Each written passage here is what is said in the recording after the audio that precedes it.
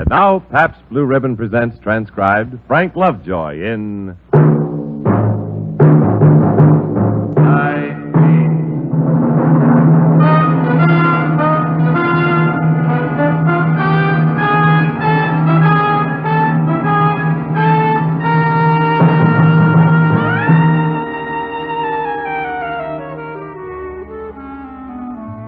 Hi, this is Randy Stone. I cover the night beat for the Chicago Star. Sometimes the best stories a reporter gets are the ones he can't print. The off-the-record conversations with people in high places.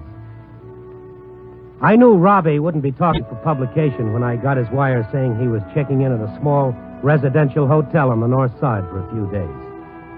Robbie was a guy I'd gone to school with. He was also Maynard Robertson, Far East specialist for one of the big foundations. I knew he'd talk plenty and that I couldn't print a word of it.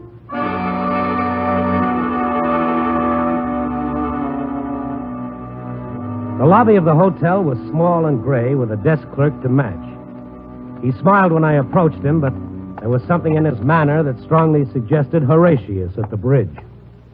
Yes, sir. And what may we do for you? A friend of mine's supposed to be registered here. Maynard Robertson. Mm-hmm. I see. Can you give me his room number? I'd like to go up and see him. Mm-hmm. I imagine you would. Just supposing Mr. Robertson is registered here. You're a friend of his, you say? Yes, I'm a friend of his. Is he here or isn't he? I don't imagine you'd have any way of proving you're a friend of his. Well, look, call his room and tell him that Randy Stone is here. Now, we won't be hasty, will we? Randy Stone. Now, where have I heard that name before? I'm a reporter for the Star. I thought so. A reporter. Well, Mr. Stone, we have no Maynard Robertson registered here, and good day to you, sir. Oh, now, wait. Just hold on a minute. Robbie's really a friend of mine. He asked me to come and see him. Oh, Robbie, is it now? He sent me this telegram. Mm-hmm. It's signed Robbie. Of course, it scarcely says Maynard Robertson. It scarcely would. Now, look. You've done a good job. You've screened me. I've got no concealed weapons, not even a typewriter. Mr. Stone, as you may or may not know, Maynard Robertson is just as sought after as he can be, particularly by gentlemen of the press, now that he's just returned from Korea and everything. I can assure you he has nothing to say for publication. Well, just call his room and tell him my name. Can you look me straight in the eye and swear you're a close friend of Mr. Robertson's? I can look you straight in the eye and swear. All right, we'll see. Mr. Robertson, please. Hello, I'm ever so sorry to bother you. This is the desk. There's a gentleman here, a Mr. Randy Stone. All right, sir. One moment. He wishes to speak to you, Mr. Stone. Thank you. Hi, Robbie. Randy, you old son of a gun, get the heck up here. Right away, Robbie. I hope you understand, Mr. Stone. I was simply following Mr. Robertson's own orders to me. That's okay. Room 412. The elevator's to your right. It's self-service. Just punch the 4 button. I've been wanting to punch something. I'll settle for the 4 button. Hey, can I hook a ride? Oh, sure. You can even drive if you want to. All right. Face the front of the elevator. Name your floor, please. 4. Just punch the 4 button. Ever get stuck in one of these? No, but it sounds like fun. I did once. Believe me, it depends entirely on who gets stuck with you. Yeah, that was my point. I'm going to 4, too. It's a small world.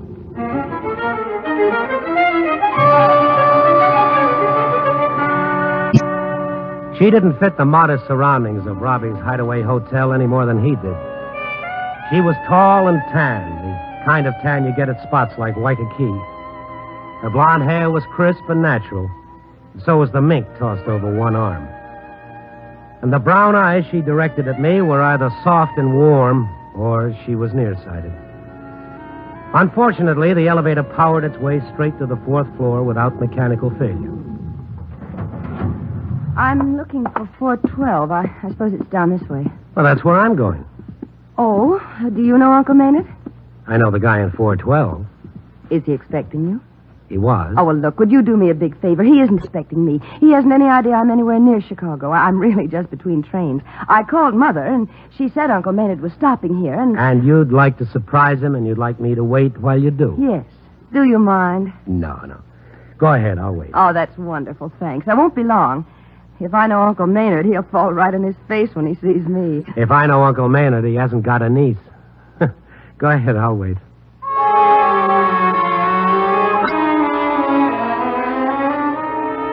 That was for sure. This doll was nobody's niece. Also for sure was that Robbie could have busted my neck if I'd horned in on that deal. I found an uncomfortable chair back by the elevator, sat at attention, and smoked 3 cigarettes while Miss Tan and Terrific was making Robbie say uncle. I began to wish I'd brought a good book, or maybe a good set of books. Just when I decided to come back a day or two later, she came beaming down the hall. I'll bet you thought I'd never come back. I had time to think a lot of things. I'm really a lot more grateful than I can say. And Uncle Maynard said the most wonderful things about you, Mr. Stone. He seems very fond of you. Yeah, I got a lot of charm when you get to know me. Yes, I'm sure you have. Well, goodbye, Mr. Stone. I guess I'll have to run the elevator without my co-pilot this trip. Just punch the 1 button. I should have such a niece. Now, look, kid, I've said all... Oh, Randy. Man, it's good to see you. Come in, fella. Some surprise, huh? Seeing your niece. Some shock. And she's not my niece. Really? Oh, you could have fooled me. You know her, don't you? No, and I probably won't. She saw you first. Let's forget about the doll. Tell me to sit down, buy me a drink, and... What's the matter with you? You don't know her? No, I don't know her. We never shared anything except the same elevator. Ooh, you'll kill me. I doubt it. Maybe I'd better tell you to sit down. Sit down. Thanks, I will. Now, how about that drink? Now, here. Take the bottle. Either drink it or hit me with it. I'll let you know what I decide later on. Randy, she's not my niece. She's also not what you think. Okay. An old family friend. She's Kit Gaynor. What? The dame reporter? The same.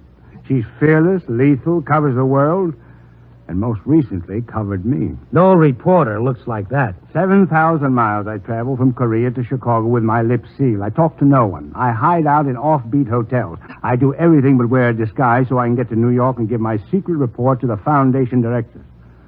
Brother, when Kit's story hits the press... You talk to this dame for publication? I will kill you. Randy, did you see her? Really look at her? Sure I talked. I'd have slipped out the window onto the street, too, if she'd asked me to. Uncle Maynard. Oh, fine. Well, I guess it's too late to give you an exclusive for the Star, isn't it?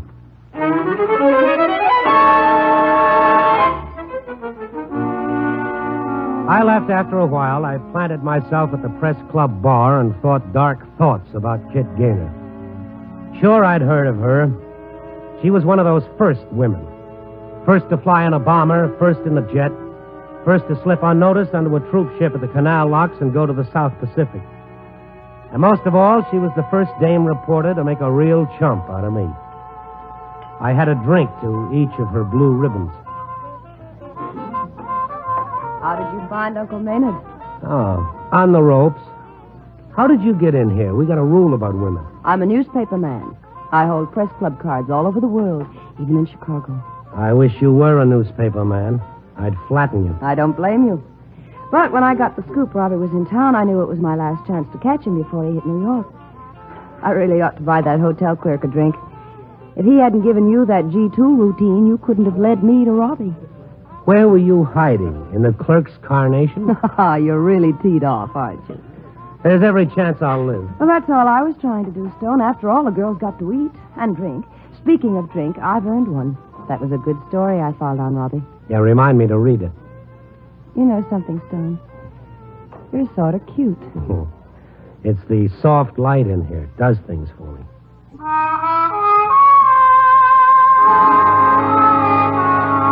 She began having the drink she said she'd earned. Swallowed them down like there was so much fruit juice. And in between swallows, she talked. Gave me the stories behind the stories I'd read under her byline for the past 8 years or so. Kit Gaynor was a lady trailblazer who got her kicks getting signatures on short snorters, talking GI, and hopping jets for anywhere. I matched drinks with her for a while. The camera was no bigger than a cigarette case, so I was the only one who came up with the pictures and the story. Tito was furious at first, but... Stone, are you listening? Oh, yeah. Oh, sure. Tito was furious, and then before that, Churchill confided to you that he had nothing to offer but blood, sweat, and tears. Toil and tears. I had it a week before he gave it to Commons. Stone, are you sure you feel okay? I'm fine. I think maybe... I just put my head down for a minute or so. I thought you'd like my rum, vodka, and slow gin blockbuster. One night in Seoul, Colonel Bransford had a few belts of it and began to act just like you are. Pretty soon he passed out. Oh. Whammo. Just like that.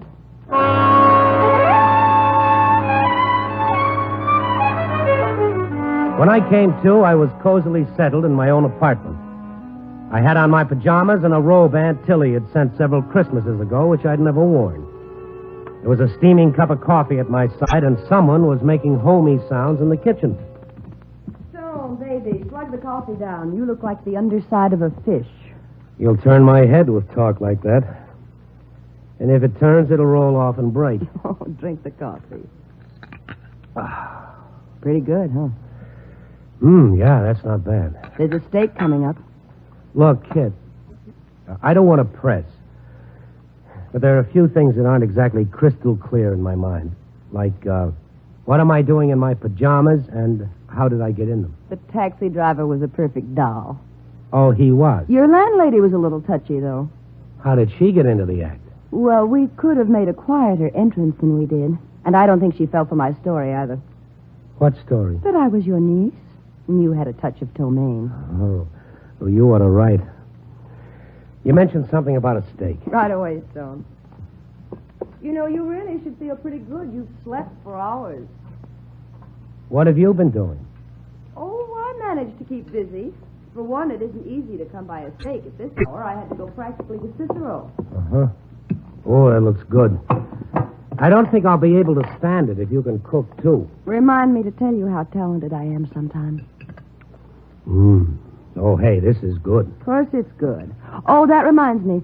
While I was out, or perhaps I should say while you were out, Big joke. I bought a copy of the Star and read your column. It was good. Really good. I'd curtsy, but I'm sitting down. Column? Holy Toledo. Did I say something wrong? You said something right. I've been acting like I had the night off. I'll just clear up these dishes.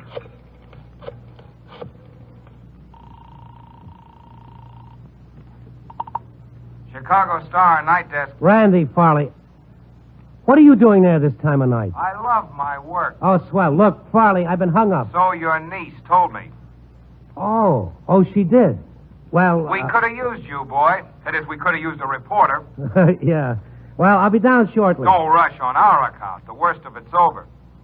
The worst of what? Oh, little items like $1 million fire at the stockyards, a gang killing in Cicero, and count 'em, 12,437 eyewitness reports of a flying saucer. All that happened tonight? What did she do, plow you under? Why? Stone. Kid, come back here. Your niece take up powder, chump? Yeah. I'll be right down.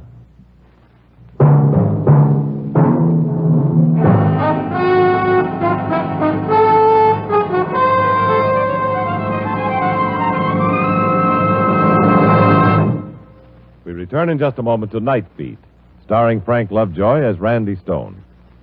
Tonight, the big holiday starts. Busy bus stations, crowded trains, cars lined bumper to bumper as the city empties into the country. It's the 4th of July, and a big weekend ahead. And out to the weekend fun, to picnics and parties, will go Pabst Blue Ribbon beer. Yes, friendly, satisfying Pabst Blue Ribbon, to make good food taste better. There's one item to put right on top of your grocery list for your 4th of July picnic. And to complete that list, listen to this. Here's a list of foods to choose for picnics, parties, barbecues. Campbell's Pork and Beans, Armour's Treat, Borden's cheese. Ritz Crackers, Swiss Frankfurters, and of course, Pabst Blue Ribbon. You'll find that food tastes better by far if you serve 'em with foaming PBR. What'll you have? Pabst Blue Ribbon. What'll you have? Pabst Blue Ribbon. What'll you have? Pabst Blue Ribbon. Pabst Blue Ribbon beer. Smoother, smoother, smoother flavor, finer beer that millions favor. Taste that smoother, smoother flavor. Pabst Blue Ribbon beer. Yes, be prepared for this big 4th of July weekend. Get ready for your parties, picnics, and good times with plenty of Pabst Blue Ribbon, the smoother, more refreshing beer.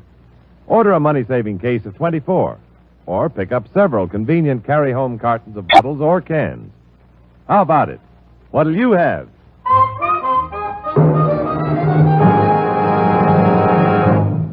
Act 2 of Night Beat will continue after a 10-second pause for station identification.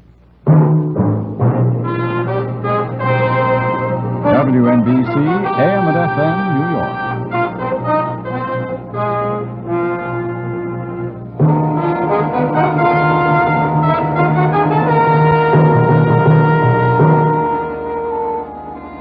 And now back to Night Beat and Randy Stone. I didn't understand Kit Gaynor's departure any more than I'd understood her arrival. By the time I got to the office, I was all set to write the whole episode off as experience. Experience I didn't need. A couple of hours after Farley and I had exchanged pleasantries on the phone, I spread out the final morning editions on my desk. The stockyards fire, the gang killing, the flying saucers bit got quite a play in all the Chicago dailies. The Star's coverage looked okay, but I'd picked a great night to sit on the sidelines. Well, my, if it isn't our night-blooming Jasmine. Hi, Farley. Oh, too little, too late himself. Looks like you did okay without me. You got good coverage on all the stories. Most of the boys are pretty loyal. You didn't happen to buzz by any of those saucers last night, did you? Or weren't you flying that low? Oh, knock it off, Farley. I don't miss many times. You want to know my real beef with you, boy? It's on page 1 of the News-Telegraph. Right there. Read it. Far East Specialist tabs next red move. Maynard Robinson reveals Foundation report on new communist threat. I thought this Robertson was such a buddy of yours. Well, he is. So he gives his exclusive stuff to this Kit Gaynor. What kind of a buddy is that? What are you trying to get me to say? That she's a better reporter than I am? She's a devil of a good reporter, I'll say that for her. She got the only eyewitness story on the Cicero gang killing. Eyewitness? Also page 1, the News-Telegraph. She was supposed to be buying a steak. Huh? Skip it. It's a local joke. Well, I'm calling it a day.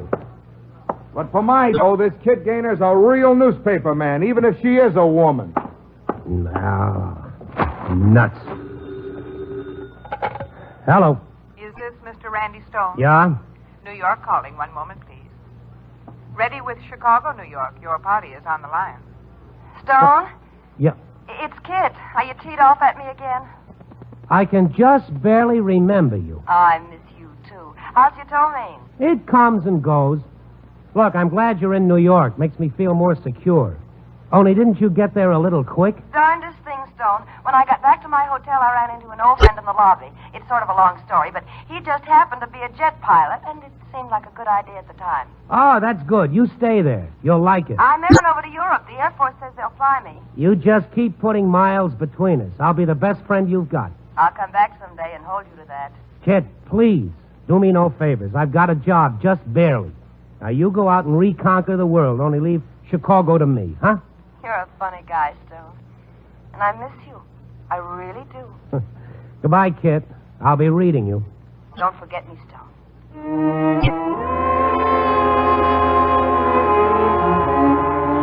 I had a fat chance of forgetting her. Night and day, at home, at the office, at the press club, every move I made, she covered. One particular overseas operator and I became old friends. London, England, calling Mr. Randy Stone. Yeah? Elizabeth and Philip are a couple of dogs, and they're so in love. Oh, Stone, I miss you. Paris, France, calling Mr. Randy Stone. Paris? Nobody else in Paris dreams of Chicago. I'm staying on the left bank. Picasso's really divine. Do you ever think about me, Stone? Rome, Italy, calling Mr. Randy Stone. Oh, this gal gets around. I warn you, Stone, if you're fiddling while I'm away, I'll really burn. Berlin calling. Geneva, Switzerland calling. Vienna calling Mr. Randy Stone. I think I'm in love with you, Stone.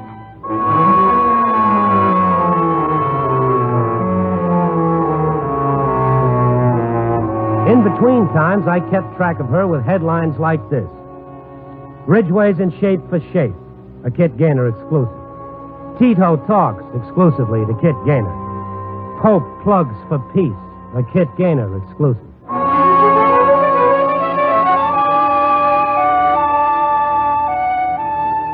No, I didn't forget her. And after a while, I didn't even try. At first, I was amused, then amazed. And finally, I began to think it was a good idea for her to show up in Chicago again. And she began to think so, too. I'm coming home,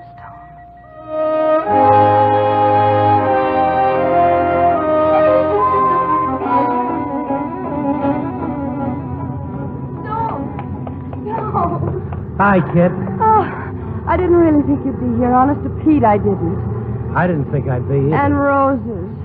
Oh, Stone, baby, you brought me roses. Yeah. I didn't think I'd do that either. Did you miss me? I don't know. Look, don't plan on anything. I just happened by an old flower lady. She needed dough. And besides... Stone, I'm trembling like a schoolgirl. Well, I don't have to work tonight. I told Farley that my niece was in town. And,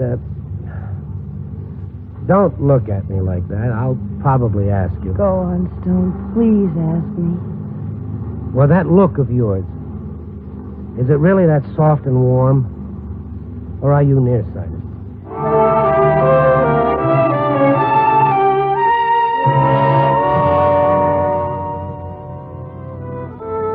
And, of course, the first thing Tito did was to give my cigarette case a going-over to be sure it wasn't another camera. Yeah, that get-up of yours, that dress, that from Paris? The only one I could afford. I dropped most of my take making transatlantic calls. Yeah, you did, didn't you? I got a money-back guarantee on the dress. The designer said, if it does not drive your lover mad, I will, how you say, refund your money. Well, I can't tell, Stone. Do I get my money back? I'll let you know. Maybe I could work a trade deal with him. This creation for some house dresses and a going-away suit. Or should we just dance or something? Let's just sit here and talk about your trip. The trip was wonderful, and it's over. I'm glad it's over. Oh, you'll be off again soon. Let's put dough on it. I doubt it. It's sort of like the itch, Stone. When I get it, I've got to get up and move. But I think I'm cured this time. I bucketed all over the world because there wasn't anything or anyone to keep me at home. Maybe we better dance or something. I'm going to be around, Stone. And you're going to know it.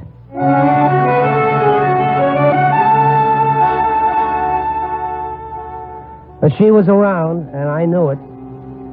After a week or so, I didn't figure her too well. Or maybe it was me I didn't figure too well. Kit was giving me the home cooking treatment, and every time I started feeling cozy about the pipe and slippers routine, a small, still voice within me told me to take to the hills. I kept my own counsel about it, though. Outwardly, no one knew anything was up. Hey, lover boy. What's with the new suit? Oh! Well, I've had it a while. I just haven't worn it to the office yet. Well, la-di-da. A nice, sincere, dark blue suit. Well, I got an appointment. A guy is coming through town. He's loaded, a very well-tailored gent, and I figured I ought to look sort of shined up myself. Uh-huh. What's in that box? Oh, nothing. You're going to take the box to the guy, huh? Yeah, that's it. Hey, oh, come on, take it easy. Ah, the fella. He likes red roses, does he? Give me the flowers. Well-tailored gent. You've been wearing white shirts every day for a week. You got 2 haircuts this week. Every day shoe shine. Also every day roses. I'm doing my work, aren't I? Oh, sure. And if it gets any cozier, I'm switching you to the home section.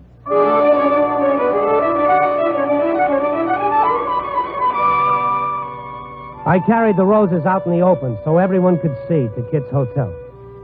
She was my well-tailored friend. We were supposed to have lunch together.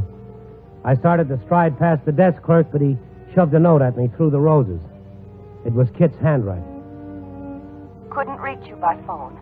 Leaving Flight 23, 1 p.m. Hurry, darling.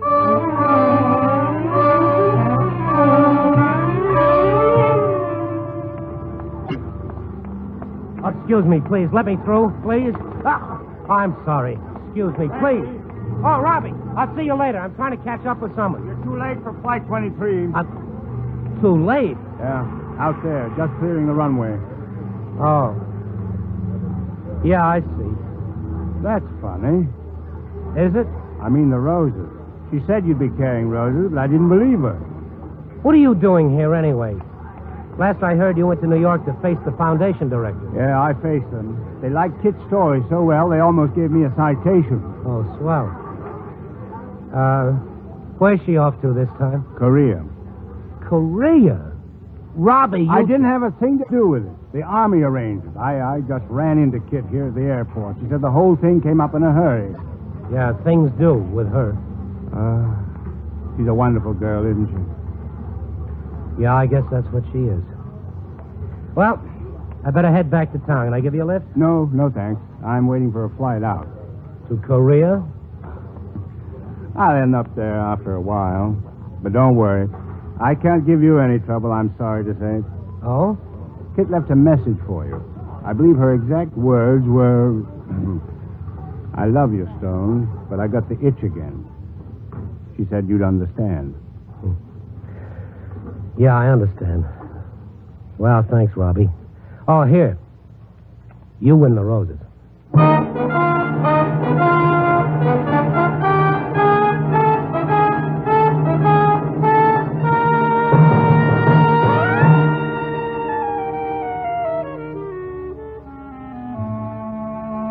I made straight for the press club and loaded up for a long summer and a cold winter.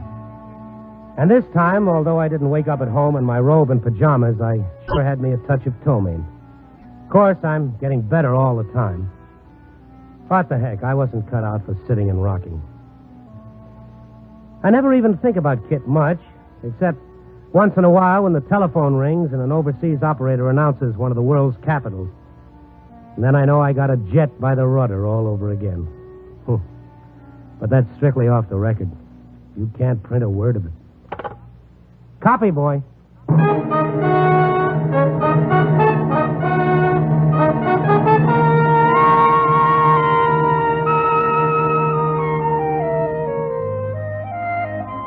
Night Beat, starring Frank Lovejoy, is produced and directed by Warren Lewis. Tonight's transcribed story was written by Kathleen Height with music by Frank Worth. The part of Kit was played by Joan Banks. Others featured were Jay Novello, Marvin Miller, and Joe Gilbert. Listen next week at this time and every week as Randy Stone searches through the city for the strange stories waiting for him in the darkness.